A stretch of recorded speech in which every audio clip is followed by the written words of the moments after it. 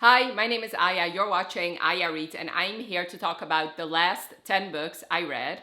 So I did this video before. I talked about that I'm not really doing monthly wrap-ups anymore. Instead, I'm just gonna do recent reads of the past 10 books I read. So this is the second time I'm doing it this year. I will leave my playlist of all my recent reads linked for you. So if you wanna know the 10 books I read before this one, you can check that playlist out. Also, sorry, it felt a little bit too dark. So I will be talking about these books in order of enjoyment. So I'll talk about my lowest rated book first, and then I'll work my way up to my favorite book I read in this past couple of months because I was in a reading slump.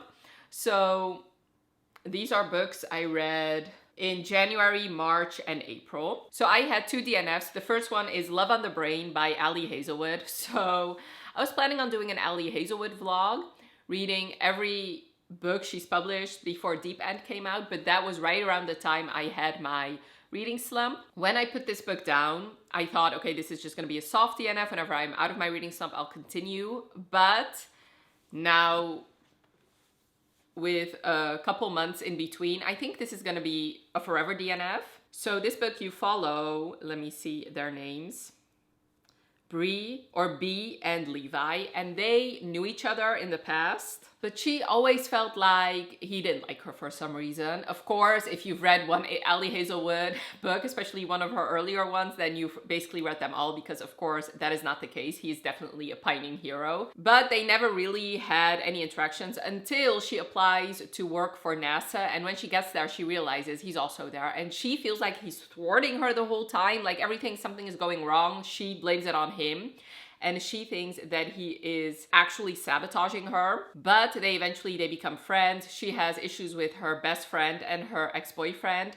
They cheated together on her, and of course, since they all work in academia, they run into each other a lot, so she's basically found ways to avoid them. And yeah, obviously she'll realize that Levi has been obsessed with her. Partly why I DNF'd it is because of the reading slump, but also because I felt like this was too over the top and too ridiculous. Like in her other books where it was clear that the hero was pining, it was also understandable why that went on for too long. Like why that went on for so long. The fact that he was pining, yet she thought he hated her. Like I said, I feel like in her other books, it made sense, whereas in this book, it really didn't, because pretty quickly they find kinship with each other, pretty quickly they start hanging out, and pretty quickly they become friends. So for her to constantly think that he hates her, for her to constantly think that he's sabotaging her, and also telling him in his face and him not denying that, made no sense whatsoever. And I didn't really like these two characters too much. The fact that these two people are so smart, this amount of miscommunication, and not even miscommunication, she clearly tells him what he thinks about her, and it's not like she didn't put enough valid reasons for him not to tell her how wrong she is. That is the reason why I have decided not to pick it back up. My other DNF is The Sky is Everywhere by Jandy Nelson. So I'm reading this for a vlog that is coming out at the end of June. But it's a very, very, very long vlog, and I have to read a lot of books for it. So this one I decided to just pick up on audiobook. So I felt like, okay, so this won't take up too much of my time. It's not that long of a book. It is a little bit over 300 pages. And listening to it on audiobook while on my commute, I'm sure I'll get through it. And that will be a physical book that I don't have to read. However, after 75 pages, I just realized that I wasn't caring about this book too much, and it was probably gonna be a 3-star if it was lucky. So basically in this book, this is a young adult book. It's a pretty old one. It came out in 2010. So you follow Lenny, who recently, her sister died, and she's dealing with the grief of that. Like she's finding things out about her sister in her grief process, and she is slowly getting closer to her sister's boyfriend, who's obviously also grieving, and one of the few people who truly understands what she's going through. And there's this new boy in school who she's crushing on, and what I didn't realize is this is gonna be a love triangle between Lenny, the boyfriend of her sisters and this new boy in school. And I just didn't give a fuck about that. Like, not at all. I'm sure if I read it in 2010, I would have maybe appreciated it. But I, like the young adult contemporaries I read nowadays, it's far and few between. And Jenny Nelson, her book seemed interesting enough. It seemed like to be a little bit more like interesting plot lines for me to give an exception to her books. Whereas this one, I just, it's not for me. It's just not. I should have just read it right around the time I got it, but I didn't. Also, her other book is also still on my TBR, which is The Sky. No. I'll Give You the Sun. So I'm just going to read that one.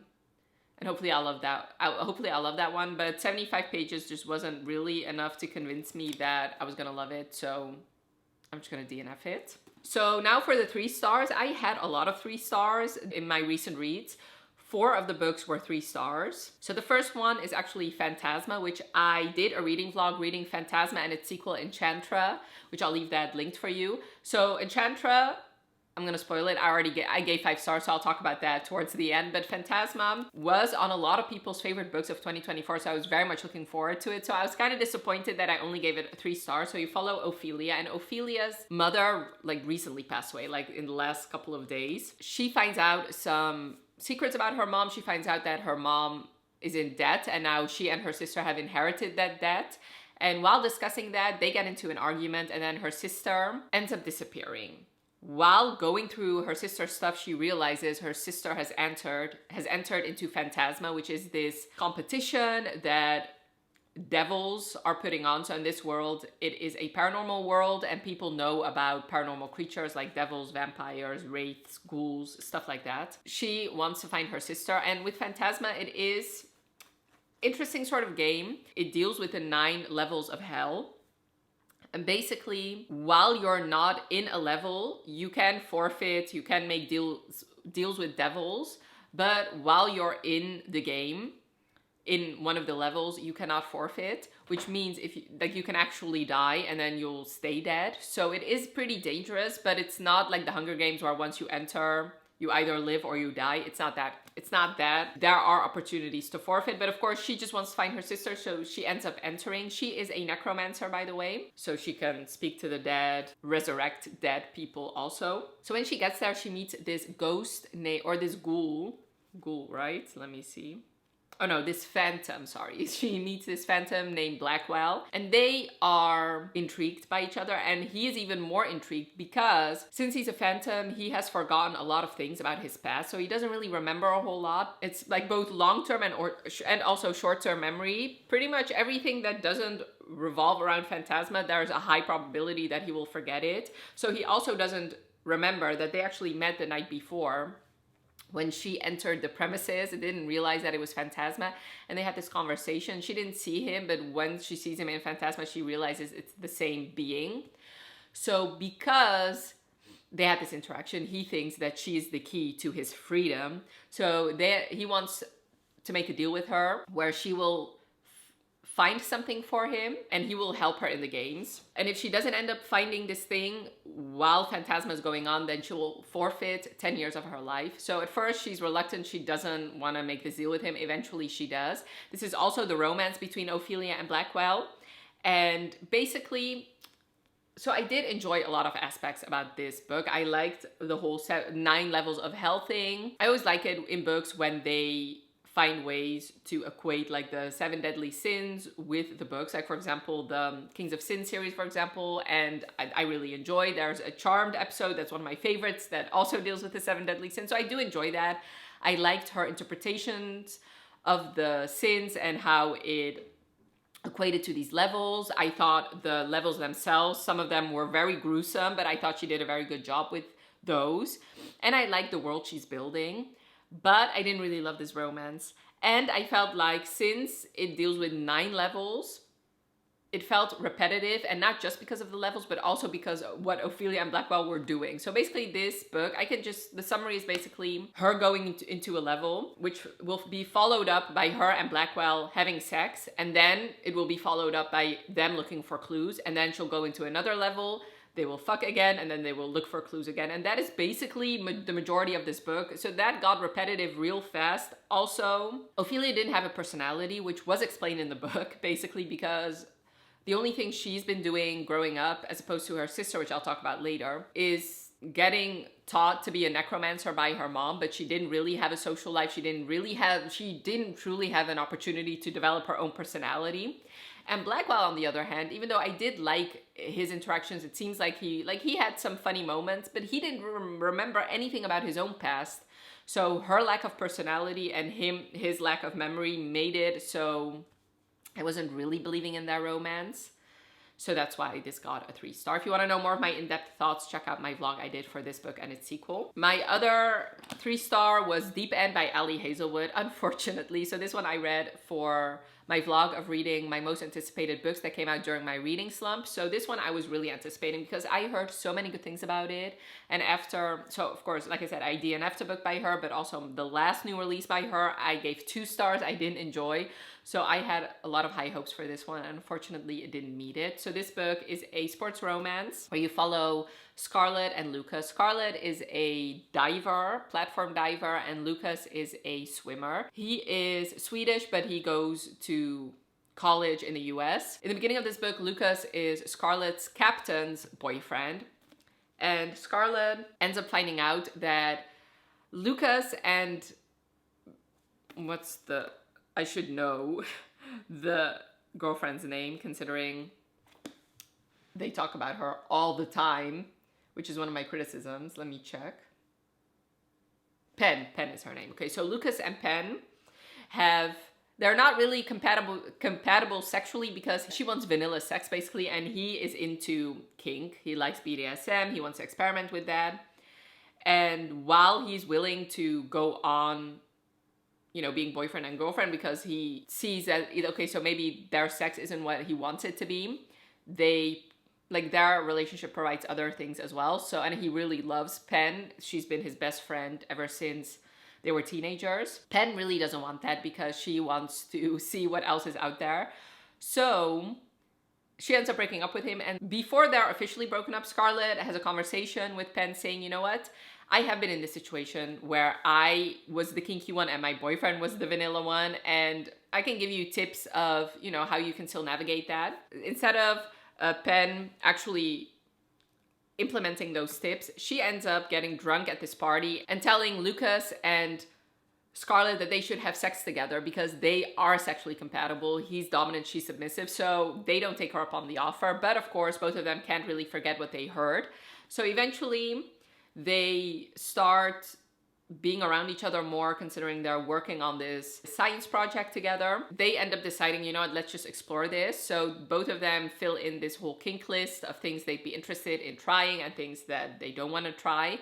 And eventually this is going to be their hooking up relationship where they will explore their kinks together. So the first half of this book I really enjoyed. Like, I thought that I did enjoy both of them. I liked getting to know her, and I thought he was an interesting character too. I could understand why she would fall for him so fast. And I did feel like in the beginning the sex scenes were great. Like, I thought she did a wonderful job with them.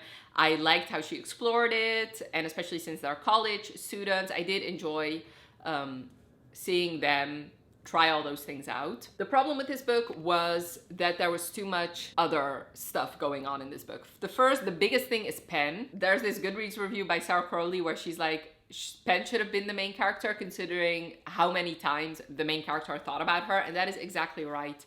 Like, I just didn't understand why Penn was such a pivotal character. I get it, she's her captain and his ex-girlfriend, but there was this like convoluted plot where Penn and Lucas didn't announce their breakup to the rest of the world, which I didn't understand why, which made Scarlett feel like she was on the outside of Lucas's life. Every time they were in public, it seemed like he was still with his ex, which meant that the relationship between Scarlett and Lucas, even when it developed into something that was more than just physical, it felt like a secret, which bothered me, which made Lucas unlikable to me. Even though it didn't need to be that way, I truly didn't understand. There was no reason, there was no benefit not to Lucas and not to Scarlett, or yeah, also not to Scarlett, but also not to Penn, for them to still pretend that they were a couple, considering Penn was also trying to move on with her life. So I didn't understand why that was a thing. Also, the sports just took over this plot. Like, I would say, especially towards like the second half of this book, there was not really a lot about the romance and not a lot about the sex. It was only about Scarlett and her swim competitions. It got annoying. Like, at one point, like, there was a good chunk of like 130 pages where they didn't even see each other. And I'm like, okay, so then why am I reading this? And also, like, the whole kinky thing. Yes, I felt like, even though the beginning, I was like, okay, so this is a traditionally published book. Obviously, I cannot really compare it to a indie book as far as kink is concerned, but I have read Butcher and Blackbird and Leather and Lark, and I felt like those books were kinkier than this one when this was marketing itself to be a kinky book. Obviously, they had like a literal kink list, which I haven't really seen that a lot, yet that kind of fizzled out in the end. Like that, like if you want to know what exactly they did, check out my review, but it was like the most he did was call her a good girl a lot, which I did enjoy that, I have to confess. But other than that, nah, I felt like that could have been explored a little bit more. So I wasn't really sold on that relationship in the end. So that's why it was 3 stars. Another 3 stars is Say You'll Remember Me by Abby Jimenez. So I also did a review for this one, which I'll leave linked for you. And I do have to say, it seems like if you have a parent with amnesia, then this could be your favorite book you've read ever, because I talked to somebody that commented that they were going through that, and I can definitely see that if you have that experience, you could definitely relate to this book. And I watched Heather from Bookables, I watched her review for it, which I'll leave linked for you, and her father has amnesia, and she also really related to this book. So I can definitely understand if you're going through something similar, how this could be your favorite book. So definitely take this with a grain of salt. This is just my opinion. So this book, you follow Xavier and Samantha, I think. Yeah, Samantha.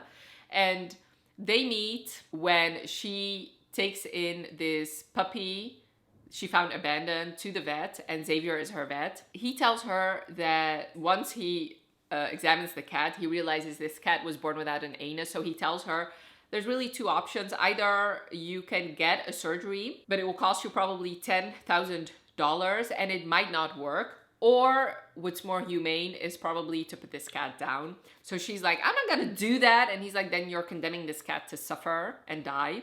So she's like, you know what? I'm gonna prove you wrong. I'm gonna raise money for this cat and I'm gonna save her life. So he's like, you know what?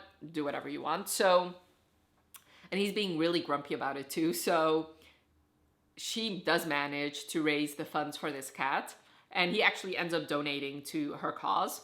So she ends up getting the surgery for the cat, and then when she takes the cat to get a checkup, he ends up asking her out on a date, and they go and they have this amazing first date together. First of all, they go on this like river cruise thing with a lot of puppies who need to be adopted. So it's like a fundraising cruise, and then they both want to extend it, so they go on this like mini golf thing, I guess, where his friends crash their date. And then after that, they also don't want to say goodbye, so they do this escape room together. But since it's gotten so late, they end up being stuck. Like the people have already closed up the entertainment center, so they end up stuck there. When he takes her home, he realizes that she doesn't have any furniture at her place, and she tells him that this was her last day in Minnesota and she's leaving for California because her mother has amnesia. And I don't know if she tells him that her mother has amnesia. But anyway, she has to go home and take care of her mom, and there's really no way that she's gonna return in the foreseeable future. So she's like, you know what, you have to forget me because this cannot work. Like, he recently started his veterinary clinic. It's not realistic that he can move in the foreseeable future. So she's like, you know what, we had this beautiful date, let's just leave it at that and just forget about me. But he cannot. It's about them trying to have a long distance relationship while she's taking care of her mother struggling with amnesia. Well, I did think that was beautiful. Like, I don't want to say I loved, but I really appreciated the scenes of her and her family taking care of the mother. And I really thought that I really loved how it was very realistic. Like, it is very hard. Abby really doesn't sugarcoat anything about that, so it was definitely very realistic. The only problem I had 2 big problems. First, I don't know, she didn't really convince me enough that this relationship was worth what both characters, but mostly he went through to sustain this relationship. I don't really want to spoil it. If you want to know a little bit more in-depth thoughts, check out my vlog for it. But I don't know. Like, I get it. I've had a similar first date experience, honestly. Like, it was an amazing first date that both of us also didn't really want it to end. I don't, especially the way he was described, this gorgeous guy, he was compared to Recent a lot. I get it, sometimes you find your one true love, I get that, but she didn't convince me enough that this relationship was worth everything that he went through to sustain it, like I said. And also, she just punched our main character in the face a little bit too much. Like, at one point this felt torture porny, and I get it. That tends to happen when you have a sick parent and you're taking care of the parent, and like shitty thing after shitty thing after shitty thing will happen. But there was one too many shitty things happening here that I felt like, was that really necessary? And I don't want to spoil it, like I said, but like when one of the final things happened, I was like, I wanted to throw this book across the room. I'm like, surely not one more bad thing can happen to a main character. And then it did, and I was like, fuck you. And I get it, that sometimes that's life. But I felt like, you know what? Yes, I get that, but I'm not reading a tragic literary fiction here. I'm reading a romance. It felt like the depressing things were were overshadowing the cute romantic things too much for me to enjoy this book. So that's why I gave it 3 stars. But like I said, I can definitely 100% understand why this will be some people's favorite book they read this year. I just realized, I think I have logged every single book I talk about in this recent reads. My last 3-star read was Kiss the Villain by Rina Kent. This one got me out of my reading slump, but also I did a reading vlog for it, so I'll leave that linked for you once again. So this is the spin-off to her Legacy of Gods books, and this book you follow. In the vlog, I constantly kept using other names, but you follow Killian and Gareth. And no, not Killian. You follow Caden and Gareth is Killian's brother from God of Malice. And in that series, Gareth was he was there, but you didn't really know a whole lot about him. He was in the background. You knew Killian didn't really like him that much, but other than that, you really didn't know anything about him. But in God of Fury, you find out that he has something with his professor, and that is pretty much all that you know about it. So in this book, it's pretty much that romance. So you follow Caden and Gareth. So in this world, you have these 3 different... I didn't realize this book had art. Look at them! Can you see them? Adorbs. Okay. So you have these 3 different like secret societies, secret clubs, secret student clubs basically. So the Heathens you've heard obviously a lot about. So Gareth is part of the Heathens. There's also like the Serpents who we haven't really heard a lot about them. So Gareth wants to mess with the head of the Serpents, so he decides to drug him, and then he's gonna undress him and take a picture of him with his cock in his hands.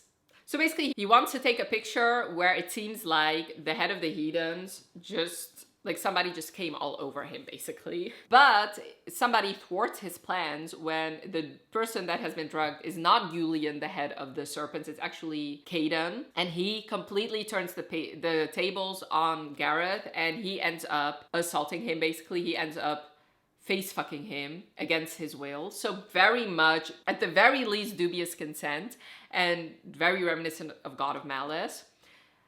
And I do have to say, in this case, I didn't feel too bad for Gareth considering what he was about to do to somebody else. So that happens, and Gareth wants to get revenge. So he starts stalking Caden, but Caden kind of knows that's happening. And then he walks into class and he realizes that Caden is actually his professor. And then this starts their fucked up kind of dynamic, their relationship. It's a MM romance. Both of them are not gay. And in this book, Gareth is really struggling with that because he thought he always thought he was straight, but really it seemed like he was on the ace spectrum. And Caden seems to be fine with, being into this guy. I did enjoy it, definitely. I think Rina Kent's writing style is definitely compulsively readable. I've always liked the way she writes her sex scenes. And yes, I know this is a dark romance. I knew that going in, so I did know that there's probably going to be some dubious consent, some non-consent scenes in here. So I liked all that. The problem I had with this book was, so this is an age gap. Obviously, it's a student-teacher romance. I believe there's like an 11, 12-year age gap. I felt like Gareth read way too young for his age, especially comparing it to like his brother, for example. I thought Killian read older in his book than Gareth did in his book. And that sometimes happens in age gap romance, where to really highlight the age gap, sometimes authors make the younger person seem like they're younger than they actually are, which is annoying. And I thought the jealousy in this book was way over the top. Both of them did it, but I thought the way Gareth was jealous was so unhinged that at one point I just really couldn't take him seriously at all. And I felt like this was a little bit too long. This could have been shortened. Like some parts I just felt like, okay, why are we doing this again? This could have been cut out. And I thought that she didn't really so I did believe they were attracted to each other, except that I didn't really know these two, not at all. Even though I technically knew who Gareth's friends were, he never really felt like he 100% belonged in the group. And in this book, there was not really a whole lot of interactions with the other heathens, considering this is a spin-off book. And Caden, we didn't really see a whole lot of moments of him interacting with other people. And I've said this before. Yes, character development happens between the couple in romances, but a lot of character development also happens in their interactions with other people. And that didn't really happen in this book. So I didn't really feel like I knew my character. So in that case, I didn't really believe 100% in this romance. But like I said, it did get me out of my reading slump. It was entertaining. I am going to continue on in the rest of the series. I am very much looking forward to the sequel, which is going to be Julian's book. So very excited about that. So yeah, moving on to the 4-star reads. So I had 2 4-star reads. The first one was Sunrise on the Reaping by Suzanne Collins. This one I also read for my reading, the most anticipated releases that came out during my reading slump. So to be honest, this one wasn't one I was anticipating because I don't really love it when authors or like TV show makers or movie makers come out with a prequel or a sequel like decades later or a decade later. I don't like that. I don't know. It's just a personality thing. I don't really like it. And I didn't read Songbirds and the Heart of Stone or whatever. Oh, sorry. That's definitely not what that book is called. Ballad of Songbirds and Snakes. I didn't read that book because for that reason, also I have no interest in ever reading a book about Snow and them like pretending that he was a good guy. I don't give a fuck about that. But since this book is about Haymitch and I saw some thumbnails of people crying, I was like, you know what, let me just try it. So I did. I enjoyed it. Like there were a lot of things I did enjoy about this book. So basically this is Haymitch's Hunger Games. So you follow him as a teenager, him getting chosen for the 50th Hunger Games, the second quarter quell, where in this quarter quell, they take double the tributes. So instead of 24 tributes, there's 48 tributes. So instead of 2 per district, there's 4 per district. Haymitch is one of them. And you see him going to the capital. Eventually you see him enter into the Hunger Games. And while obviously I enjoyed actually seeing what happened. And I enjoyed seeing all the cameos that were in this book. This did feel like fan servicey, and it wasn't really necessary in my opinion. Because first of all, everything you need to know really has already been said in Catching Fire. So this is just basically whatever was said in Catching Fire, but with a lot more detail. Also, some of the cameos in here, even though I did enjoy seeing them, I was like, okay, was that really necessary? I get it, especially since District 12 didn't have its own victor yet. It makes sense, and like the victors, that is a very small group, so it would make sense that we'd see some people. But to have, for example, I don't want to spoil it too much, but some character one character in here, as much as I love them, they were not a victor, so it really made no sense whatsoever that they were included here. Also, I found it hard to care about anybody but Haymitch, even though I did care about them, but I knew they were marked for death. Considering it was a prequel, we already know what happened to them. So in that case, I know the Hunger Games premise, it is clear that there will only be one victor, but since it's not a prequel, you can convince yourself, okay, maybe something will happen, maybe Rue will survive, maybe Peeta will survive, since you don't for certain know that there's only going to be one victor. But 25 years later, it was clear, and it was a fact, that Haymitch was the only one that survived the second quarter quell. So in that case, I knew almost every single character we meet was gonna die. So in that case, it was very hard for me to care about this book. And I gave it 4 stars. Maybe in hindsight, it probably should have been lower, but I did enjoy my time reading it. This made me watch all the Hunger Games movies, which I did enjoy. This made me want to reread the original trilogy, which I am probably gonna do this year. So there were a lot of good things, and I did enjoy seeing, how Haymitch started and where he is when we meet him in the Hunger Games. I did like seeing the events that happened to make him the man he eventually becomes. But I want to know what Suzanne Collins writes outside of the Hunger Games world. I know a lot of people love the fact that she's going back to Hunger Games, and I know a lot of people are anticipating Finnick's book, which Finnick is one of my favorite characters of all time, not just of the Hunger Games. But I just want to see her do other things. I think she's a great author, so I just want... Anyway, that's just my opinion. I know not a lot of people agree with that. But 4 stars, I did enjoy my time, but it was just very depressing. I think I read it also around the same time I read Say You'll Remember Me, so that was like 2 depressing things back to back. Like I said, I don't really have a lot of thoughts about this. If you want a video where somebody's gushing, crying, raving, I would refer you to Katie Colson. I did enjoy watching her reaction, so definitely check that out. If you really loved this one, I would recommend watching her vlog, spoilery vlog about Sunrise on. All right, so I just took a break because I was getting hungry, so I made myself a tuna melt and it was delicious. So let's continue with the 5-star reads. The first 5-star read was Wild Side by Elsie Silver. So once again, I read this for reading my anticipated releases. I don't know if can you see that? Yeah, I think so. Reading my anticipated releases that came out when I was in a reading slump. I actually met Elsie Silver in that vlog. And I got this one signed, so exciting! Anyway, this is the 3rd book in the Rose Hill series by her. And this, you follow Reese and Tabby.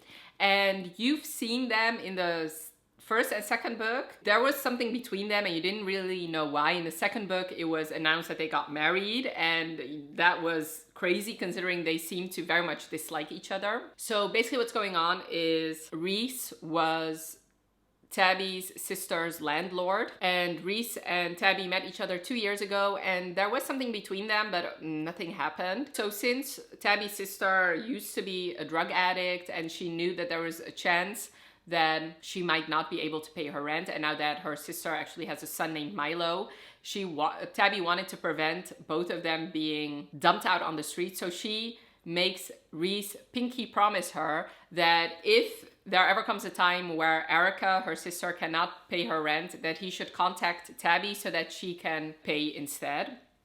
So he does that, but then 2 years later, Tabby finds out that her sister died, and she is convinced that what she thought was going to happen did happen, that Erica was dumped on the street and that ended up killing her. So now she thinks, okay, so Milo, obviously, I'm going to take care of him. He's my nephew. Until Reese shows up and tells her that she doesn't have custody. He does. Apparently, Erica gave him custody of Milo. And Tabby doesn't understand why, considering Tabby's her sister and Reese is just a landlord who also kicked her out of her house. But it's not that easy to change things. So eventually they end up deciding, you know, let's just try and raise Milo together. I'm just gonna put a picture here because I don't know if you can see the actual cover. Let's just raise him together. Apparently Erica has been telling some different versions of the truth to both of them. So when they actually come in contact with each other and get to know each other, they realize, okay, maybe things are not what they seem. But since Milo and Tabby live in Canada, and Reese technically lives in the US, he cannot come back to Canada all the time because immigration has started to take notice. So that is where the marriage of convenience comes in. They have to get married so they can both take care of little Milo. Reese is a professional wrestler and he's keeping that a secret because he has found out in his life that once he actually tells people that he has money because he's a professional wrestler, they tend to take advantage of him. Tabby is a chef and she's pretty busy with that, but both of them love Milo unconditionally, so they are doing everything in their power to take care of him, to make sure that he has the best life in spite of his mother dying. And of course, Reese and Tabby get closer, and this is their romance. I did enjoy this book. I gave it 5 stars. I'd have to say Wild Eyes is still my favorite in this series, but I did enjoy Reese and Tabby. I love their banter together, especially in the beginning. I loved how they could go head to head. Obviously, they both are suspicious of the other one, and Tabby is kind of like a black cat, even though technically she's not, but since this all happened and the unfairness of her nephew, the only real tie to her sister is being given to a stranger, and her trying to understand why her sister would do the things she did, and her kind of taking that out on Reese and him allowing that. I did enjoy their dynamic, and I'm very much looking forward to the 4th and final book in this series. And then my favorite book out of these 10 was Enchantra. Once again, check out my Phantasma and Enchantra vlog to find out all my thoughts about this book. So this book, you follow Ophelia's sister Genevieve. Ophelia gives Genevieve a trip to Italy, and she goes because she wants to get in contact with somebody who has been writing to her mom. So she goes there, and eventually, because of magical things, she ends up forced to go to this house. When she gets there, she gets greeted not so nicely by this guy named Rowington Silver, and he tells her that she needs to leave. She's not welcome here. The invitation was not for her, it was for her mother. She ends up sneaking past him into the house, and that is where she seals her fate, because every resident in this house has to, on the eve of the spring equinox, have to participate in this hunt, which is once again a game set up by this devil, and it's televised, but it's the whole family have to compete against each other, have to fight each other to the death. But since they're all wraiths, which is a pairing between a demon and another paranormal being, their father is a familiar and their mother is a demon. All 7 of the siblings have to fight each other to the death, but since they are immortal, they don't actually die. They have to spend a year in hell doing whatever this devil wants them to do. And the reason they have to do that is because their mother is dying, and the devil is the only one that has some sort of cure. It's not actually the cure, but it prolongs her life. So their father made this deal with his devil, and now their kids are forced into these games. And now that Vivi is there, she also has to participate. So Rowan knows that there's this loophole where if a married couple participates in the games together, if they actually win, they get free forever, and they never have to participate in these games. Because for Vivi, there's an added risk, considering she's not immortal, she's mortal, meaning that if she actually dies in these games, she will die forever. So they actually have to get married. So this is another marriage of convenience book. Can you tell that that is one of my favorite tropes? I love a good marriage of convenience book. Like I said, this is all televised, and people bet on devils, demons bet on whoever wins. Now Rowan and Vivi have to work together, but they're also very much attracted to each other, so this is their romance. I really enjoyed this book. Unlike Ophelia, Vivi has a very strong and awesome personality. I very much enjoyed Vivi. I really, really loved Rowan too. He's one of my new book boyfriends. I thought he was so sexy. So he is a new shadow daddy, considering he's a shadow wraith. And he can control his shadows, and he uses his shadows often, and especially during sex, and that was so hot. Like, he kind of used his shadows to restrain her, but also pleasure her in ways. So this was such a fun read. Like, I read this almost all in a day, and I was thoroughly entertained. It was so much fun.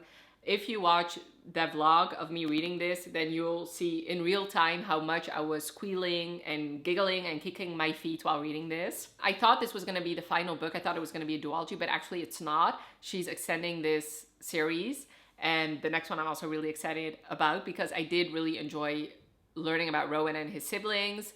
I like the world that she created. Also, this book has a lot of, since we're dealing with familiars, all of the Silver siblings have familiars, and I really, really enjoyed Rowan's familiar, his fox, Umbra. She was adorable.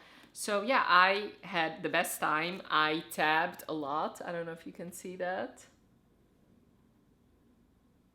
And yeah, I had the best time. Definitely, first of all, my favorite of the last 10 books I read, but also I honestly think right now this is my favorite book I read this year. So I would highly, highly recommend it. Technically, if you're interested in Phantasma, I would say read Phantasma first before getting into Enchantra. But if you really have no interest in Phantasma, I guess you could read this without having read Phantasma, but it will spoil some big things about Phantasma. So if you're planning on reading Phantasma anyway, don't start with this one. So those were my recent reads. Definitely let me know in the comments below if you've read any of these books and what your thoughts were. Also, I would really love to know what is your favorite book that you read in the months of February, March, and April. And if you're down there, leave me a purple heart emoji for Enchantra. And I really hope you enjoyed this video. Definitely let me know by leaving a like if you did. And thank you so much for watching. Have a wonderful rest of your day, and I'll talk to you later. Bye.